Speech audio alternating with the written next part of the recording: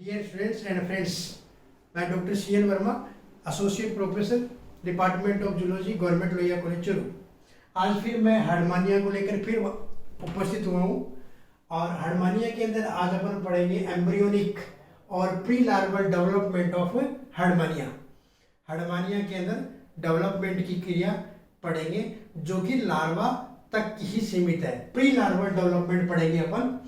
तो हार्डमानिया का जो डेवलपमेंट की क्रिया है, डेवलपमेंट का प्रोसेस है, वो सबसे पहले सेबेस्टियन 1953 और दास 1957 ने दिया था। इन्होंने दोनों ने इसका वर्णन किया था। 1953 के अंदर सेबेस्टियन ने और 1957 में दास ने। हार्डमानिया के अंदर जो डेवलपमेंट की क्रिया होती है उसमें ये फ्री स्विमिंग लार्वा बनाता है सबसे पहले। यानी यहाँ पर जो डेवलपमेंट होता है वो इनडायरेक्ट है, इनडायरेक्ट डेवलपमेंट होता है। और उस इनडायरेक्ट डेवलपमेंट के अंदर एसिडियन टेडपोल लार्वा बनता है और वो जो एसिडियन टेडपोल लार्वा उसके अंदर हाईली डेवलप्ड कोडेड कैरेक्टर पाए जाते हैं, जैसे इसके अंदर नोटोकोड, गिल स्लिट्स वगैरह। यानी तीनों नोटोकोड के कैरेक्टर है, तीनों जो कोडेटा के कैरेक्टर है वो सारे के सारे कैरेक्टर इसके अंदर पाए जाते हैं। तो ये हाईली डेवलप्ड होता है। इसके बाद में धीरे धीरे ये मेटामॉर्फोसिस के द्वारा सेडेंट्री एनिमल में कन्वर्ट हो जाता है। सलगीस और सेडेंट्री यानी एक स्थानबद्ध जंतु के अंदर कन्वर्ट होता है। तो इन अंगों की उसको विशेष आवश्यकता नहीं रहती है, तो ये उसके अंदर विलुप्त हो जाते हैं। तो इस प्रकार से जो इसके अंदर जो मेटामॉर्फोसिस होती है उसको रिट्रोग्रेसिव मेटामॉर्फोसिस कहते हैं और ये अपने आप में एक इसका यूनिक एग्जाम्पल है। उसके बाद में अपन लेते हैं फर्टिलाइजेशन। फर्टिलाइजेशन के लिए अपने पहले ही कहा था कि हार्डमानिया के अंदर जो फर्टिलाइजेशन है वो क्रॉस फर्टिलाइजेशन होता है, सेल्फ फर्टिलाइजेशन नहीं होता है। एक जंतु के अंदर ही दोनों ऑर्गन, मेल और फीमेल के ऑर्गन होते हुए भी इसके अंदर सेल्फ फर्टिलाइजेशन नहीं होता है, क्योंकि इसमें प्रोटोगाइनी पाई जाती है। प्रोटोगाइनी यानी फीमेल जो फीमेल गैमेट है उनका निर्माण है वो बहुत जल्दी हो जाता है और जो मेल गैमेट है वो लेट बनते हैं, इसलिए उनका सेल्फ फर्टिलाइजेशन नहीं होता। तो यहाँ पर जो गैमेट दिए जाते हैं वो गैमेट एट्रियल साइफन के द्वारा बाहर आते हैं पानी में और पानी के अंदर उसका फर्टिलाइजेशन होता है। तो यहाँ पर जो फर्टिलाइजेशन होता है वो कौन सा है? क्रॉस फर्टिलाइजेशन होता है। पानी के अंदर एक्सटर्नल फर्टिलाइजेशन है, साथ में क्रॉस फर्टिलाइजेशन होता है। फर्टिलाइजेशन के बाद में इसमें क्लीवेज की क्रिया शुरू होती है। क्लीवेज जब फर्टिलाइजेशन होता है उसके हाफ आवर्स के बाद में यहाँ पर क्लीवेज की क्रिया शुरू हो जाती है, विदलन की क्रिया शुरू हो जाती है। और विदलन यहाँ पर जो होता है वो एक तो होलोब्लास्टिक है।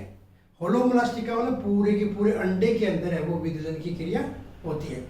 दूसरा जो क्लीवेज है वो अनइक्वल और डिटर्मिनेट क्लीवेज होता है। अनइक्वल का मतलब होता है जो सेल बनती है वो सारी की सारी सेल्स जो है वो एक साइज की नहीं होती है, छोटी और बड़ी होती है। और साथ में डिटर्मिनेंट होता है। डिटर्मिनेंट का मतलब है कि यहाँ पर पहले से ये डिसाइड हो जाता है कि एग का कौन सा पोर्शन आगे जाकर के कौन सा ऑर्गन बनाएगा। तो यहाँ पर जो क्लीवेज है वो कौन सा है? डिटर्मिनेट क्लीवेज है। अनइक्वल है, साथ में डिटर्मिनेट क्लीवेज है। तो जैसे ही क्लीवेज प्रारंभ होता है या फर्टिलाइजेशन होता है सबसे पहले, तो फर्टिलाइजेशन के बाद में क्या होता है? फर्टिलाइजेशन के बाद में क्या होता है? इसमें प्रीजुम्पटिव एरिया बनते हैं। प्रीजुम्पटिव एरियाज वो कैसे बनते हैं? स्पर्म जैसे ही इंटर करता है एग के अंदर, एग के स्पर्म का एग में एंटर करते हुए अंडे के जो साइटोप्लाज्म है उसके अंदर मूवमेंट शुरू होता है और मूवमेंट शुरू होकर के साइटोप्लाज्म अपने आप को उसके अंडे के अंदर एडजस्ट करता है एक मोजेक विजन की तरह, और ये फिक्स हो जाता है कि ये वाला पार्ट आगे जाकर के ये बनाएगा और ये वाला पार्ट आगे जाकर के ये बनेगा। तो इसमें पहले से क्या बन जाते हैं? प्रीजुम्पटिव एरियाज बन जाते हैं। आगे कौन सा, आगे चल करके कौन सा पोर्शन है वो कौन सा अंग बनाया जाएगा, ये पहले से उसमें स्पर्म के अंदर जैसे ही अंडे के अंदर जैसे ही स्पर्म प्रवेश करता है तभी ये क्रिया प्रारंभ हो जाती है और ये पहले से ही फिक्स हो जाता है। तो यहाँ पर जो क्लीवेज है, विदलन की क्रिया है, वो सबसे पहला जो विदलन होता है वो होता है यहाँ पे वर्टिकल। और जो सेकेंड क्लीवेज होता है वो भी वर्टिकल है, और जो थर्ड क्लीवेज है वो हॉरिजॉन्टल है, हॉरिजॉन्टल क्लीवेज। तो ये जो हॉरिजॉन्टल क्लीवेज और फर्स्ट क्लीवेज है वो किस प्रकार से होता है?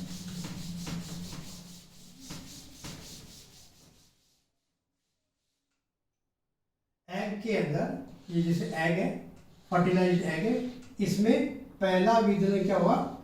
वर्टिकल, 2 सेल बन जाती है, उसके बाद में 4 सेल बनती है, सेकेंड क्लीवेज वर्टिकल है, थर्ड क्लीवेज क्या है? हॉरिजॉन्टल है, लेकिन वो मेरिडियनल से थोड़ा ऊपर होता है, मध्य से थोड़ा ऊपर होता है, मेरिडियनल से थोड़ा ऊपर होता है। तो ये इस तरीके से 8 सेल बन गई।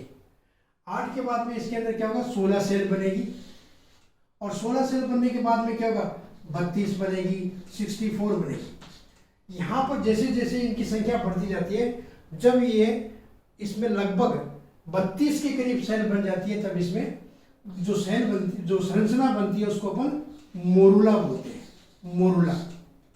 और 64 जब सेल बन जाती है तब इसमें गैस्ट्रुला बन जाता है, गैस्ट्रुला का निर्माण होता है। और ये गैस्ट्रुला का निर्माण जो होता है वो एपिबोली के द्वारा होता है, एपिबोली के द्वारा इसके अंदर गैस्ट्रुला का निर्माण होता है।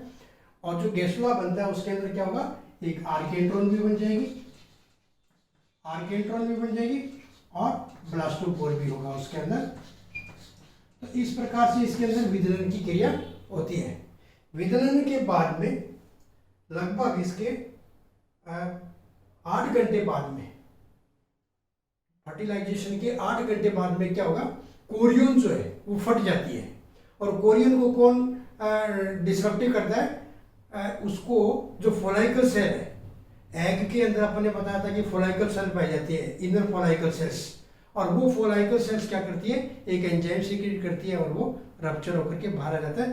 तो इस प्रकार से एक लार्वा बाहर निकलता है, जिसको अपन क्या बोलते हैं? एसिडियन टेडपोल लार्वा बाहर आता है, जो कि अपने आप में फ्री स्विमिंग होता है। तो अब अपन देखते हैं कि ये एसिडियन टेडपोल लार्वा वो क्या संरचना है उसकी। ये एसिडियन टेडपोल लार्वा माइन्यूट है, बहुत माइन्यूट होता है, छोटा सा होता है, ये ट्रांसपेरेंट होता है, ट्रांसपेरेंट।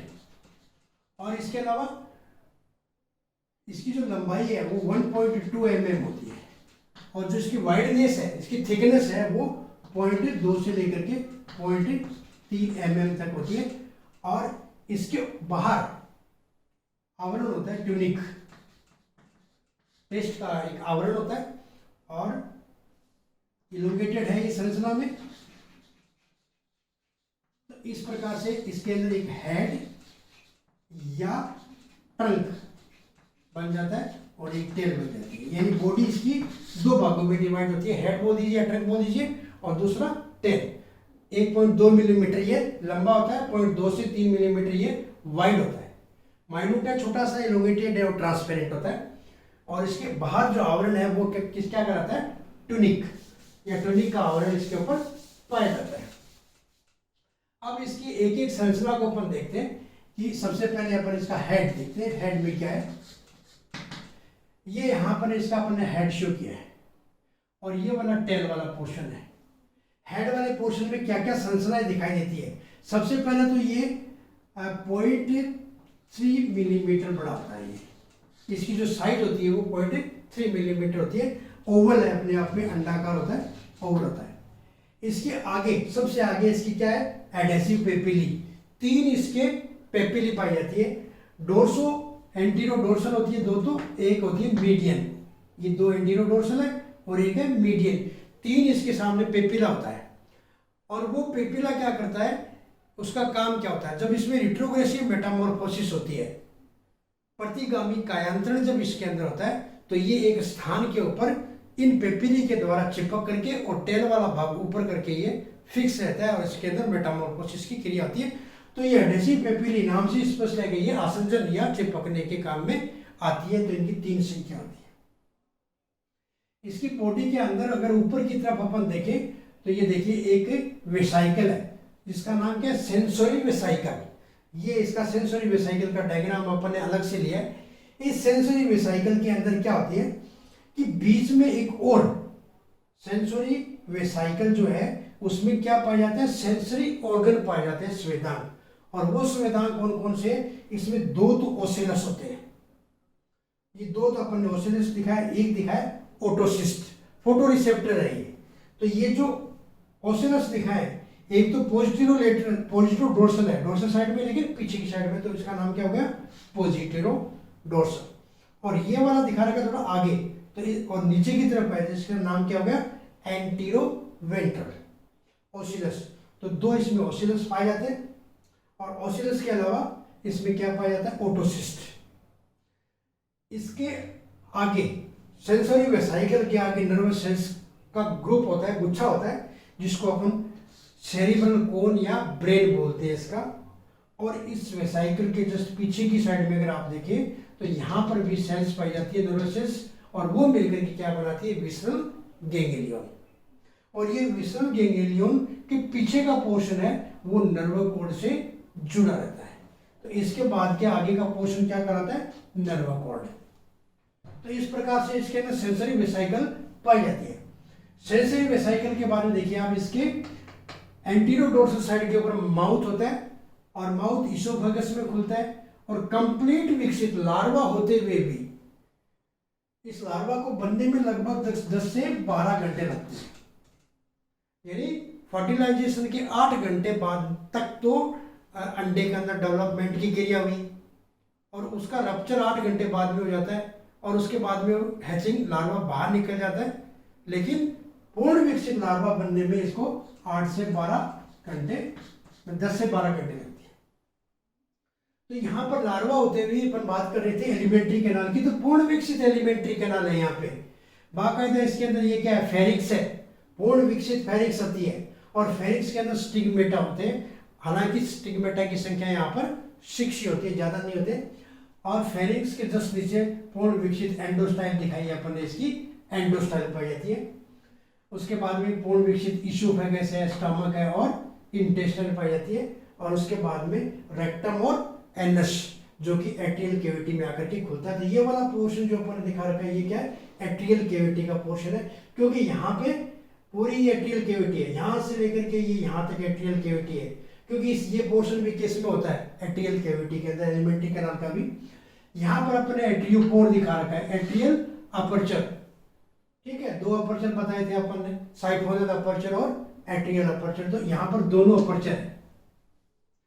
इसके अलावा देखिए आप, स्टमक फेरिक्स के जस्ट नीचे एक संरचना दिखा रखी है अपन ने, ये इसका हार्ट होता है। और इसके अंदर खूब सारी, शरीर के अंदर जगह जगह पर क्या पाई जाती है, मेसेंकाइमल सेल्स पाई जाती है, जो कि आगे काम आती है इसके। इसके अलावा देखिए इसमें टेल का जो पोर्शन है वो लगभग 0.9 mm होता है, क्योंकि इसकी अपन ने पूरी लंबाई कितनी बताई, 1.2 mm, तो 0.3 mm का इसमें हेड होता है, और 0.9 का mm का इसके अंदर टेल होता है। इस टेल के जो टेल है उसकी पूरी टेल जो है वो आगे से पॉइंटेड होती है, और टेल के ऊपर एक फिन और लगा होता है, फिन। तो ये इसका टेल फिन है, ये इसका टेल फिन कहलाता है। और इस टेल फिन के अंदर नोटोकॉर्ड पाई जाती है। यहाँ पे टेल के अंदर क्या क्या चीजें है, टेल में देखिए नोटोकॉर्ड है ये, ठीक है। आर्केंट्रॉन की जो सेल्स होती है, आर्केंट्रॉन की जो रूफ होती है, जो रूफ के ऊपर जो सेल होती है, वही सेल्स है वो सेपरेट होकर के इसकी नोटोकॉर्ड बनाती है। और ये नोटोकॉर्ड का थोड़ा सा पोर्शन है वो ट्रंक वाले भी रीजन के अंदर भी दशा रहता है। नोटोकॉर्ड के ऊपर अपन ने बताया कि यहाँ नर्व सेल्स पाई जाती है, तो ये पूरी की पूरी इसकी नर्व कोड पाई जाती है। इस नर्व कोड से खूब सारी नर्व निकली रहती है, तो ये अपन ने इसकी नर्व दिखा रखी है। इसके अतिरिक्त देखिए आप कि जो ये टेल फिन है, इस टेल फिन के अंदर मायोटोम्स भी है, यानी मसल्स है, रेखित मसल्स पाई जाती है, पेशियां पाई जाती है। तो एक तरीके से इससे अपन टेल को देखें तो ये सेगमेंटेड लगती है। तो इस तरीके से ये इसकी टेल की संरचना होती है। लास्ट के अंदर भी इसमें टेल गैंग्लियन जो है, जो नर्व बता रही है, नर्व कोड बताइए अपन ने, उस नर्व कोड के लास्ट में अंदर क्या है, गैंग्लियन भी पाए जाते हैं, जिसको अपन टेल गैंग्लियन बोलते हैं। ये इसकी नर्व कोड है। तो इस प्रकार से ये टेल की संरचना है। तो ये जो पूरा का पूरा जो एसिडियन टेडपोल लार्वा है, इस एसिडियन टेडपोल लार्वा के अंदर उसके बाद में रिट्रोग्रेसिव मेटामॉर्फोसिस होती है। उस रिट्रोग्रेसिव मेटामॉर्फोसिस के अंदर ये जो free swimming ascidian tadpole larva है वो सेडेंटरी यानी स्थानबद्ध जंतु में हार्डमानिया में जाकर के कन्वर्ट होता है। तो यहाँ पर जो हाईली डेवलप्ड कैरेक्टराइजेशन नोटोकोड है, नर्वोकोड है, गिल फ्लिट्स का पाया जाना, ये सारे कैरेक्टर उसमें जाकर के लुप्त हो जाते हैं और जंतु एकदम स्लगिश हो जाता है और सेडेंटरी स्थानबद्ध में कन्वर्ट हो जाता है। उसी को अपन रिट्रोग्रेसिव मेटामॉर्फोसिस कहते हैं और वो रिट्रोग्रेसिव मेटामॉर्फोसिस अपन नेक्स्ट वीडियो में पढ़ेंगे। किसी भी प्रकार की कोई भी समस्या हो तो आप उसको पूछ सकते हैं। Thank you.